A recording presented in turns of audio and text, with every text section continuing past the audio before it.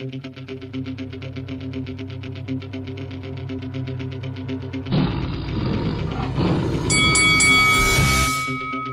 this is Carl the Cobra Frutch, and you're watching Lights Out.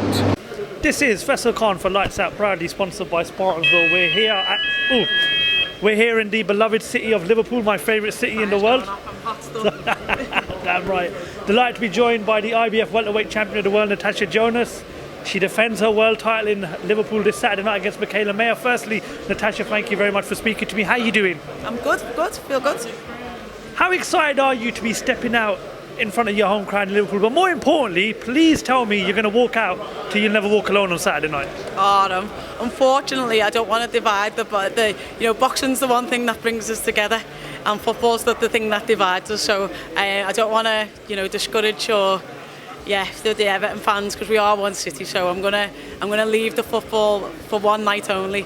But I obviously am a Liverpool supporter. David Price did it on his comeback fight, so why can't you do it? I know, Bellew does it as well all the time, but I just like to stay out of the football banter just for boxing's sake. But I am a proud LFC fan. I get to the games, and hopefully Anfield is beckoning and Anfield is calling. Hopefully. Fingers crossed. Well, fair enough, but either way, it's going to be a cracking night of boxing, one that we're really looking forward to. I was there the night on Khan versus Brook when you become a world champion. I was there last year on the Savannah Marshall Franchon Cruz de Zern card when you become a two-weight world champion. But is this the biggest fight of your career, given the fact that it is in your home city of Liverpool and you are the defending champion, and the expectation is slightly higher this time for you? Listen, the stage and the platform is bigger. But for me, mentally, it's just another fight. I have been in the ring with the likes of Katie Taylor. So is she the best person I've been in the ring with? I probably don't believe so, if I'm honest. But she'll definitely be the best win on my record to date. And she's top 3 of the best fighters I've fought. Talk to me about your opponent, Mikaela. We've seen her in the UK for quite a few times now. She's a very good fighter. She's coming here to win as expected. What type of a challenge does she bring to you on Saturday night?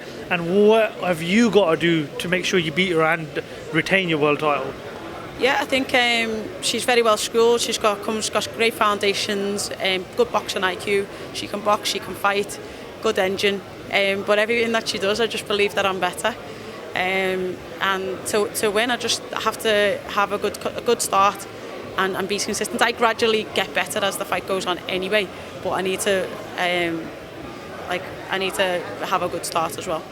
I mean, she's been in big fights as well, like yourself, and you're both high caliber opponents. You've both boxed at the very top level. So is it fair to say that this fight could potentially become sort of like a dogfight and comes down to who wants it more, because of the fact that you both have been boxing at for such a high level for the past few years?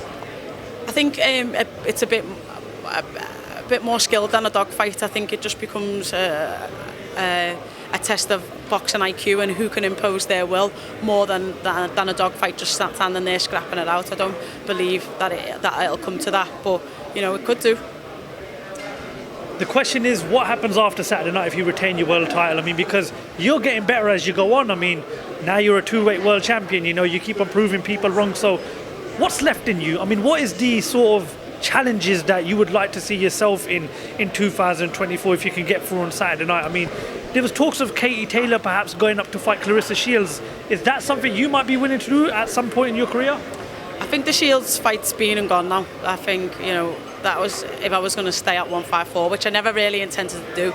I just went there for the opportunity, but while I was there, she was a great fight to have for that weight. But, I plan on going down and hopefully having a potential Katie Taylor with a crowd, or unifying and getting more titles at this weight. Whatever the opportunities are available, I'll choose the best one. But the most important one is I've got to win on Saturday night, and it's not going to be easy. She is a good fighter, like I just said, but I've got to keep them doors open by winning. That's the most important thing, and I don't really indulge in looking past Saturday, because I've been there before, and the doors in boxing, once you lose, can quickly close. So it's all about keeping them open.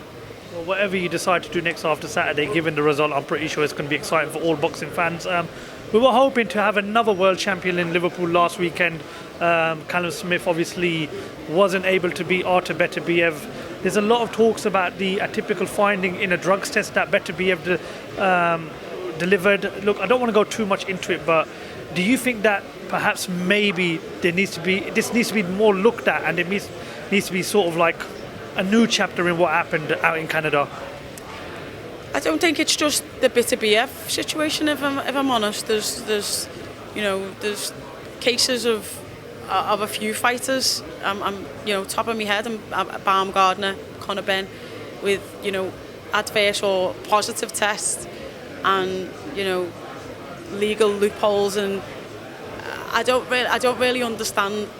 I don't know where the protection is for the people that are in the ring with them, and does it take something horrendous to happen for it to be looked at in more depth and for action to be taken? Because we're not crossing the line quicker, we're not throwing it further, we're not we're in the ring to hurt one another, and if you've gained an unnatural advantage by doing that, then does that become a legal charge? What is that? We, as boxers, we don't know what our rights are, but we also don't really know what our protections are, and it should be more clear. And I think the governing bodies and the commissions and the board, the Bishop Boxing Board of Control, need to look into protecting athletes that these potential people are going in against. That's it. I mean, it's disappointing that we've started off the year and we look at a fighter like Beterbiev, who's had a very good career so far, a very fascinating fighter to watch. But obviously that test, threw a lot of negativity around fight week, and I could sense the frustration in many people around fight week. So you must be disappointed as well that we started off the year, that we should be talking about a great fighter in Beterbiev, but he's got this sort of drugs test hanging over him. So, yeah, I mean, are you at all positive that we can move away from fighters failing drugs tests, or do you think this situation is only going to get worse rather than it gets better anytime soon? Unfortunately, I just think this is, part of the sport. When there's big things to be made, then there's, athletes are willing to take big risks to do that, and I hope it doesn't take a tragedy to have some seriousness about the conversation, because it is a conversation that needs to be had, and boxers need to be protected. Natasha, unfortunately I have to let you go, but before I do, I wish you the very best of luck on Saturday night. It's going to be a great fight. Thank you very much for your time, and once again, best of luck, and thank you for talking to Lights Out. Cheers, thank you.